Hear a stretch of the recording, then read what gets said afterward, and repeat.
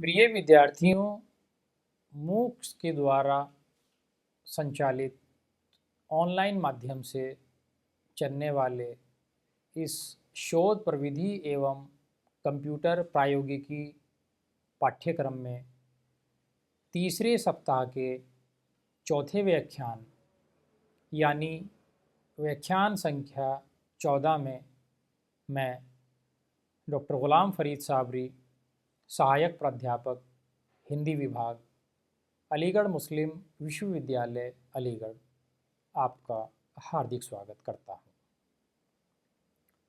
पिछले व्याख्यान में हमने निर्देशक के उत्तरदायित्वों को विस्तार से जाना।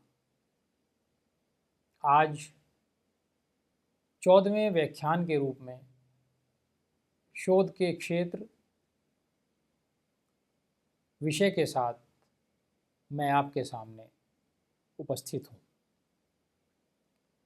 शोध के क्षेत्र विषय के अध्ययन के बाद आप विज्ञान और प्रौद्योगिकी में शोध विषयों की जानकारी प्राप्त कर सकेंगे।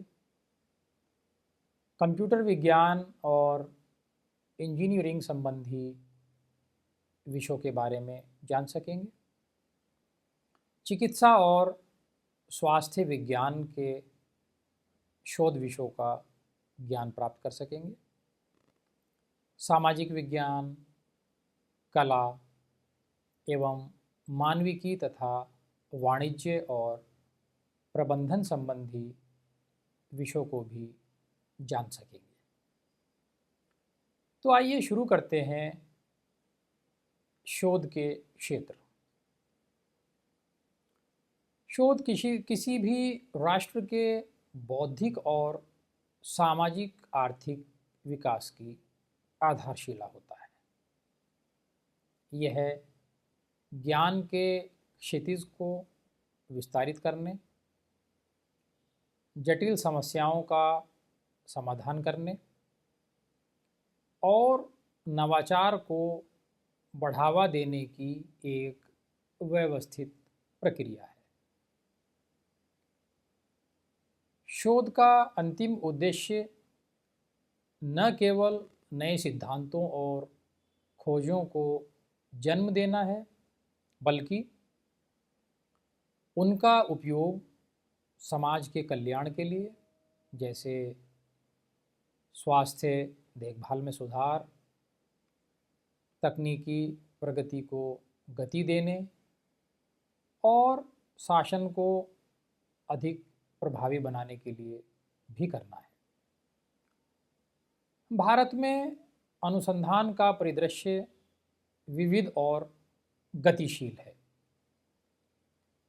देश के अनुसंधान और विकास में सरकार, उच्च शिक्षा संस्थान, सार्वजनिक क्षेत्र के उद्यम और निजी उद्योग सभी योगदान देते हैं।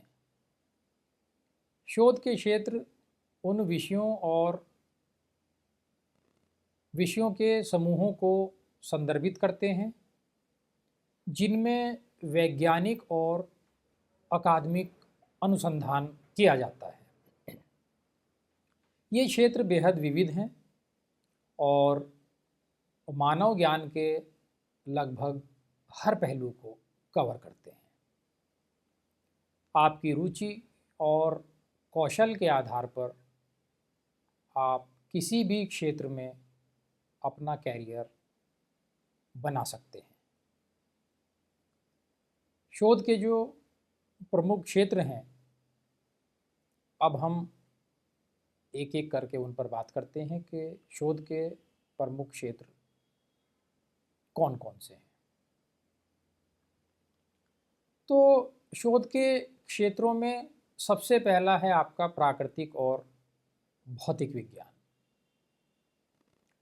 ये विज्ञान ब्रह्मांड की प्राकृतिक घटनाओं और पदार्थ की संरचना का अध्ययन करते हैं, जैसे भौतिकी और अंतरिक्ष विज्ञान। इसमें ब्रह्मांड के मूल सिद्धांतों का अध्ययन होता है और इस क्षेत्र में खगोल विज्ञान, अंतरिक्ष विज्ञान और अभियांत्रिकी विज्ञान के गहन अध्ययन शामिल हैं। शोधकर्ता ब्रह्मांड की उत्पत्ति और गतिशीलता, आकाशीय पिंडों की प्रकृति और अंतरिक्ष अन्वेषण के लिए नई प्रौद्योगिकियों के विकास पर काम करते हैं। इसके अंतर्गत दूसरा आता है आपका रासायनिक और पदार्थ विज्ञान। यह क्षेत्र नैनो टेक्नोलॉजी, बायो मटेरियल्स और नई विनिर्माण प्रौद्योगिकियों जैसे उपक्षेत्रों को कवर करता है। नैनो टेक्नोलॉजी एक उभरता हुआ विषय है जो आणविक स्तर पर संरचनाओं के अध्ययन पर केंद्रित है। इसमें ऐसे पदार्थ बनाए जाते हैं जो परमाणु के समान होते हैं और इनका उपयोग इलेक्ट्रॉनिक उपकरणों, संचार उपकरणों और डीएनए को टैग करने में किया जा सकता है। इसमें पदार्थों की संरचना, गुण और प्रतिक्रियाओं का अध्ययन होता है, जैसे कार्बनिक रसायन विज्ञान, अकार्बनिक रसायन विज्ञान और जैव विज्ञान इत्यादि। तीसरा इसमें है पृथ्वी, वायुमंडल और पर्यावरण विज्ञान। इस क्षेत्र में जलवायु परिवर्तन जैसी ज्वलंत वैश्विक समस्याओं का समाधान करने के लिए गहन शोध शामिल है।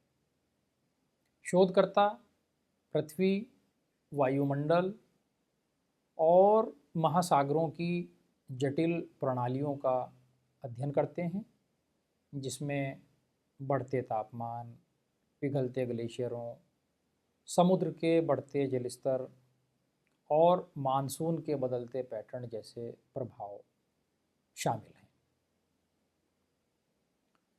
जलवायु मॉडल और डेटा विश्लेषण का उपयोग प्रदूषण का पूर्वानुमान लगाने और पर्यावरणीय जोखिमों को कम करने के लिए किया जाता है। दूसरा जो मुख्य विषय है वो है आपका अभियांत्रिकी और प्रौद्योगिकी। यह क्षेत्र वैज्ञानिक सिद्धांतों का उपयोग करके व्यवहारिक अनुप्रयोगों के लिए प्रणालियों और उपकरणों को डिज़ाइन और विकसित करने पर केंद्रित है। इसमें समस्याओं को हल करने और नई प्रौद्योगिकियों को विकसित करने के लिए विज्ञान और गणित के सिद्धांतों का उपयोग किया जाता है, जैसे यांत्रिक engineering, civil engineering, electrical engineering, जैव चिकित्सा इंजीनियरिंग आदि। दूसरा है इसमें कंप्यूटर विज्ञान और सूचना प्रौद्योगिकी, इसके अंतर्गत जो आते हैं। इसमें आर्टिफिशियल इंटेलिजेंस, यंत्र शिक्षण यानी मशीन लर्निंग, बिग डेटा अनुसंधान, super computing, integrated circuit ICs और system on chip SoC design जैसे प्रमुख क्षेत्र शामिल हैं। और इसी के अंतर्गत अभियांत्रिकी विज्ञान भी आता है।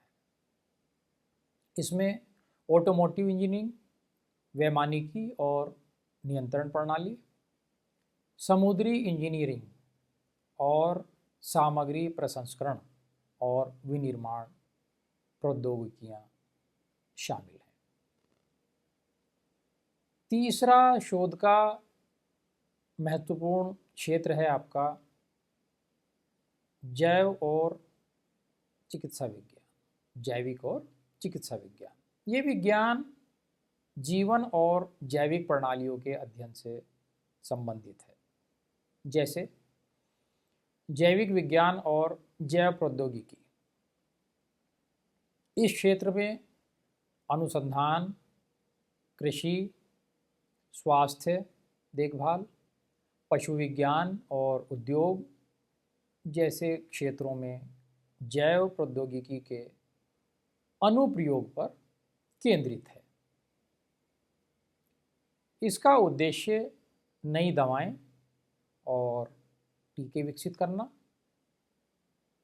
रोग प्रतिरोधी और सूखा प्रतिरोधी फसलें बनाना और खाद्य सुरक्षा में सुधार करना है। इसी के अंतर्गत आता है आपका चिकित्सा विज्ञान, जिसमें शोध संक्रामक रोगों जैसे कोविड-19 और स्वाइन फ्लू, गैर संचारी रोग जैसे हृदय रोग और कैंसर, और सार्वजनिक स्वास्थ्य के व्यापक मुद्दों पर केंद्रित है। विषयों में शहरी क्षेत्रों में वायु प्रदूषण का, अस्थमा की दरों का प्रभाव, ग्रामीण समुदायों में स्वच्छ जल तक पहुंच और मानसिक स्वास्थ्य पर शहरीकरण के प्रभाव का विश्लेषण शामिल है। अर्थात इस क्षेत्र में मानव स्वास्थ्य, रोग और उपचार का अध्ययन किया जाता है, जिसमें रोगों का निदान और उपचार तथा साथ ही उसकी रोकथाम भी शामिल है। इसी के अंतर्गत आपका फार्मेसी आता है। इसमें दवाओं के विकास और उनके प्रभावों का अध्ययन किया जाता है।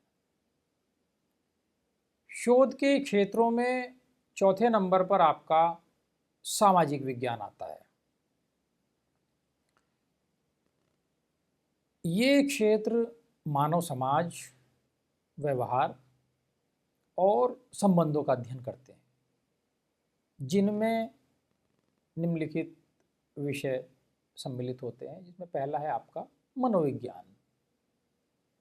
इसमें मानव मन और व्यवहार का अध्ययन होता है। मनोविज्ञान में मानव मन और उसके व्यवहार से संबंधित अध्ययन किया जाता है। इसी के अंतर्गत आता है समाज शास्त्र। इसमें सामाजिक संरचनाओं और संबंधों का अध्ययन होता है। इसी के अंतर्गत आता है आपका अर्थशास्त्र। इसमें वस्तुओं और सेवाओं के उत्पादन, वितरण और उपभोग का अध्ययन होता है। इसी के अंतर्गत हम रखते हैं राजनीति विज्ञान को, जिसमें सरकारी प्रणालियों और राजनीतिक व्यवहार का अध्ययन होता है। इतिहास भी इसी के अंतर्गत रखा जाता है। इतिहास में अतीत की घटनाओं और सभ्यताओं का अध्ययन होता है। और इसी के अंतर्गत आता है आपका मानव विज्ञान।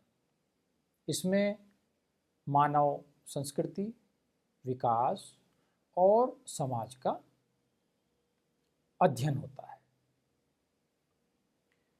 शोध के क्षेत्रों में पांचवा और जो महत्वपूर्ण क्षेत्र है वो है कला और मानविकी।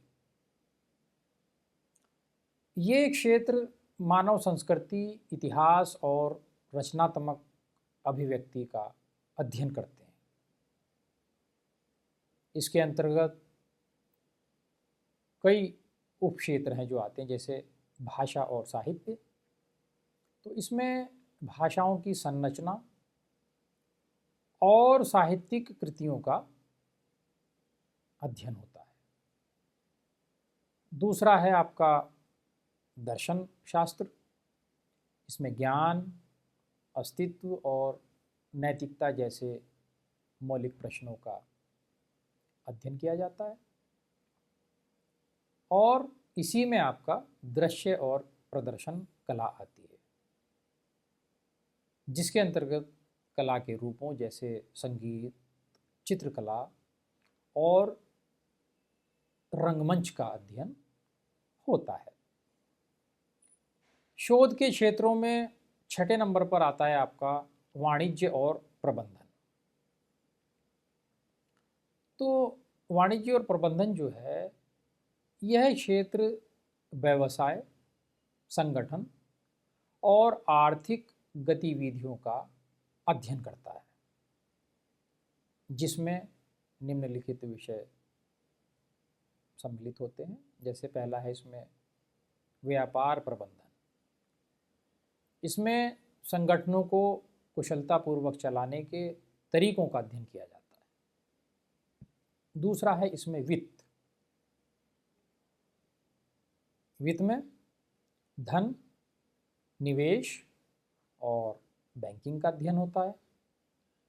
और इसी के अंतर्गत आता है आपका विपणन। इसमें उत्पादों और सेवाओं को बढ़ावा देने के तरीकों का अध्ययन होता है। शोध के विविध क्षेत्रों पर बात करने के बाद अब हम उन क्षेत्रों पर पहुंचते हैं जो बिल्कुल अलग हैं, यानी अन्य उभरते हुए क्षेत्र। ये अंतः विषय यानी इंटरडिसिप्लिनरी क्षेत्र हैं, जो कई विषयों के ज्ञान को जोड़ते हैं। जैसे पर्यावरण विज्ञान। इसमें पृथ्वी के पर्यावरण और मानवीय गतिविधियों के प्रभाव का अध्ययन होता है। इसी के अंतर्गत आपका आता है डेटा विज्ञान यानी डेटा साइंस। इसमें बड़े डेटा सेटों को से जानकारी निकालने और विश्लेषण करने के तरीके शामिल हैं। इसी के अंतर्गत आता है आपका शहरी नियोजन, अर्बन प्लानिंग। इसमें शहरों और कस्बों के विकास और प्रबंधन का अध्ययन होता है। यद्यपि उपरोक्त क्षेत्रों को पारंपरिक के रूप में वर्गीकृत किया गया है, यह समझना महत्वपूर्ण है कि वे स्थिर नहीं हैं। आधुनिक शोध ने इन क्षेत्रों की सीमाओं को धुंधला कर दिया है, जिससे नवाचार के नए अवसर पैदा हुए हैं। उदाहरण के लिए पदार्थ विज्ञान अब नैनो टेक्नोलॉजी जैसे उभरते क्षेत्रों से गहराई से जुड़ा है, जहां आणविक स्तर पर सामग्री का अध्ययन किया जाता है। इसी तरह अभियांत्रिकी में अब बिग डेटा और सुपर कंप्यूटिंग जैसे तत्वों को शामिल किया जा रहा है। इससे स्पष्ट होता है कि पारंपरिक क्षेत्रों में शोध अब अलग थलग नहीं होता है, बल्कि यह अन्य क्षेत्रों से प्राप्त अंत्य विषय नवाचारों पर भी निर्भर करता है। अब बात करते हैं प्रमुख शोध क्षेत्र और उनके उपक्षेत्रों की। तो इसमें जो प्रमुख शोध के क्षेत्र हैं और उनके अंतर्गत जो उपक्षेत्र हैं, उसके बारे में बात करते हैं। तो सबसे पहला है वो है आपका प्राकृतिक एवं भौतिक विज्ञान। प्राकृतिक और भौतिक विज्ञान के अंतर्गत हम खगोल एवं अंतरिक्ष विज्ञान, रासायनिक विज्ञान, पदार्थ विज्ञान, पृथ्वी, वायुमंडल एवं पर्यावरण विज्ञान और नैनो टेक्नोलॉजी का अध्ययन करते हैं। दूसरा जो मुख्य विषय है वो है अभियांत्रिकी एवं प्रौद्योगिकी, जिसके अंतर्गत हम कंप्यूटर विज्ञान, अभियांत्रिकी विज्ञान, ऑटोमोटिव इंजीनियरिंग, वैमानिकी, बिग डेटा और सुपर कंप्यूटिंग, इनका अध्ययन करते हैं। अगला जो मुख्य विषय है वो आपका जैविक एवं चिकित्सा विज्ञान। इसके अंतर्गत हम जैविक विज्ञान, जैव प्रौद्योगिकी, आयुर्विज्ञान, संक्रामक रोग, सार्वजनिक स्वास्थ्य और पशु विज्ञान का अध्ययन करते हैं। इसके बाद जो प्रमुख क्षेत्र है आपका वो है मानविकी एवं सामाजिक विज्ञान। इसके अंतर्गत सार्वजनिक नीति, अर्थशास्त्र, मनोविज्ञान, समाजशास्त्र, प्रबंधन और कानून इत्यादि विषय आते हैं।